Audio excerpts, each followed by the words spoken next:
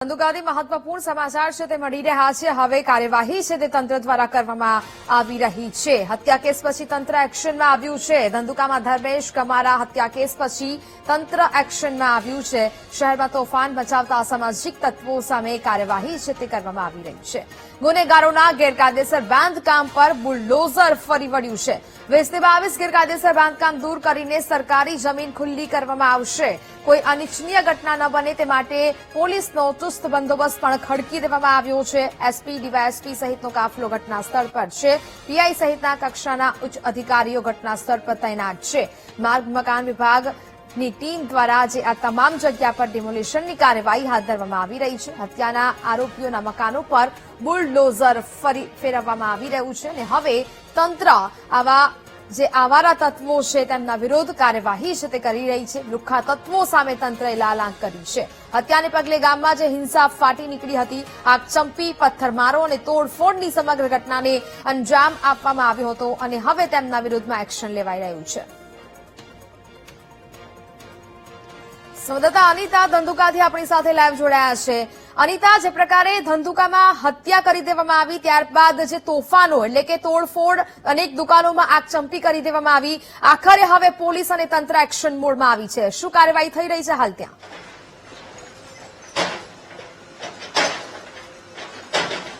જી નેહા, જે પ્રકારે ધંધુકામાં ધર્મેશ ગમારાની હત્યા બાદ જે અસામાજિક તત્વો દ્વારા જે તોડફોડ અને આગચાપી કરવામાં આવી હતી તેને લઈને હાલ પોલીસ તંત્ર એક્શનમાં છે અને જે ગુનેગારો જે છે, જે અસામાજિક તત્વો, જે હિસ્ટ્રી સીટરો છે, તેઓના જે ગેરકાયદેસર બાંધકામ છે જેને અત્યારે હાલ તોડી પાડવામાં આવી રહ્યા છે।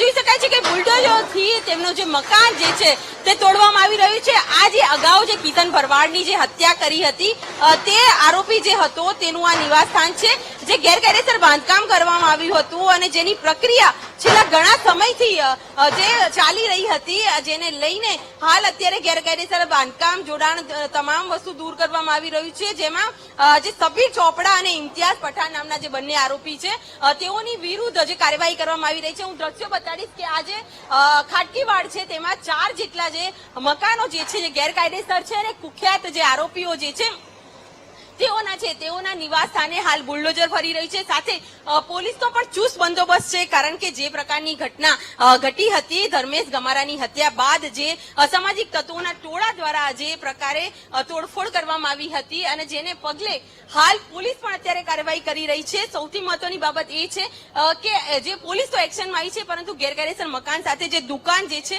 તેને લઈને પણ કામગીરી હાથ ધરવામાં આવી રહી છે। સૌથી મહત્વની બાબત એ છે કે પોલીસ અધિકારીઓ અને તમામ લોકો અત્યારે આ જે ગેરકાયદેસર જે બાંધકામ છે તેની અત્યારે હાલ પ્રક્રિયામાં જોડાઈ ગયા છે। કોઈ પણ પ્રકારની અનિચ્છનીય ઘટના ના સર્જાય તેને લઈને હાલ કાર્યવાહી કરવામાં આવી રહી છે। પોલીસ અધિકારીઓ પણ અત્યારે હાજર છે। સૌથી મહત્વની બાબત એ છે કે જે પ્રકારે હાલ જે ગેરકાયદેસર બાંધકામ છે તેની સાથે આપણી સાથે ડીવાયએસપી આસ્થા રાણા છે, તેમની સાથે જ વાત કરીશું। મેડમ, ખાસ તો કેવા પ્રકારની પ્રક્રિયા? આજે અહીંયા ડિસ્ટ્રિક્ટ એડમિનિસ્ટ્રેશન દ્વારા ડિમોલિશનની પ્રક્રિયા હાથ ધરવામાં આવી છે, જેમાં પોલીસ બંદોબસ્ત મદદમાં રાખ્યું છે। કુલ અહીંયા 400 લોકોનો પોલીસ બંદોબસ્ત રાખવામાં આવ્યો છે, જે મુખ્યત્વે 2 લેયર્સમાં છે। એક છે તકેદારી બંદોબસ્ત અને પેરિફેરલ બંદોબસ્ત, અને બીજું છે ટીમ્સ બનાવીને ડિમોલિશન સ્પેસિફિક બંદોબસ્ત। એ જે બંદોબસ્ત છે ટોટલ અત્યારે એમાં ડીવાયએસપી, પીઆઈ, પીએસઆઈ સહિત માણસો 400 સજ્જ છે અને સાથોસાથ ફાયર, મેડિકલની ટીમ અને ડ્રોનથી પેટ્રોલિંગ બી ચાલુ છે। ડિમોલિશનની કેટલા મકાનોની પ્રક્રિયા છે ને એમાં કેટલાક હિસ્ટ્રી સીટરો અને ગુનેગારોનો પણ સમાવેશ થાય છે? આમાં આજે 4 યુનિટ્સની ડિમોલિશન થાય છે। એડમિનિસ્ટ્રેશન દ્વારા જે ગુનેગારો અને હિસ્ટ્રી શીટર્સની અગાઉ જાંચ કરીને જે પ્રોસેસ પૂર્ણ કરવામાં આવી છે એમની આજે ડિમોલિશન રાખવામાં આવ્યું છે। અચ્છા, ખાસ તો આ જે આરોપીઓ છે જેને હત્યા કેસમાં હતા તે લોકોને લઈને શું કાર્યવાહી હાથ ધરવામાં આવી છે? કાલે રિકન્સ્ટ્રક્શન પણ કરવામાં આવ્યું હતું, કડક કાર્યવાહી અત્યારે પોલીસ કરી રહી છે? એમાં શિસ્તબદ્ધ એકદમ કાયદેસરની કાર્યવાહી ચાલુ કરવામાં આવી છે અને અગાઉ જે બી હશે હું આપને જાણ કરીશ। તપાસ પણ ચાલુ છે।